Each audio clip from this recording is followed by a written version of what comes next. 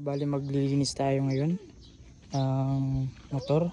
Linisan natin dahil meron siyang mga dumi-dumi. So bawasan natin yung kanyang mga dumi. Linisan muna natin para maganda tingnan. At syempre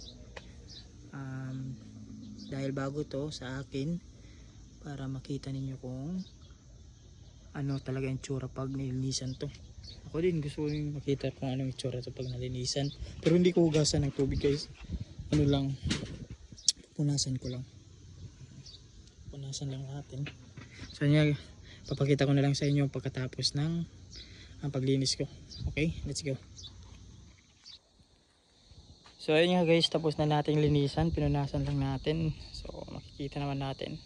So para sa akin parang wala namang pinagbago, ganun pa rin yung kulay. So kahit pinunasan natin. So ayun, no? So, diba? Parang wala namang pinagbago.